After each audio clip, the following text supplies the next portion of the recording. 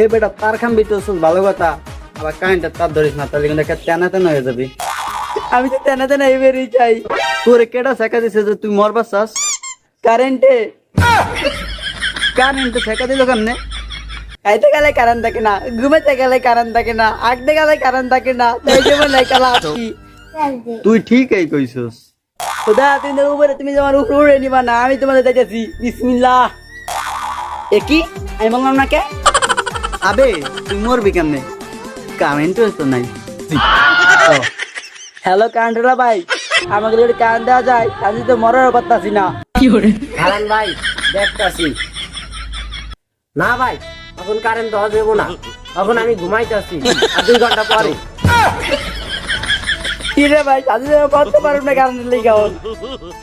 তার খাম্বি তো নাই মায়, নিজে মরে লাভ নাই। এত কারেন্টওয়ালা বেটাকে একটু মারবি, দেখবি মনে শান্তি পাইছস।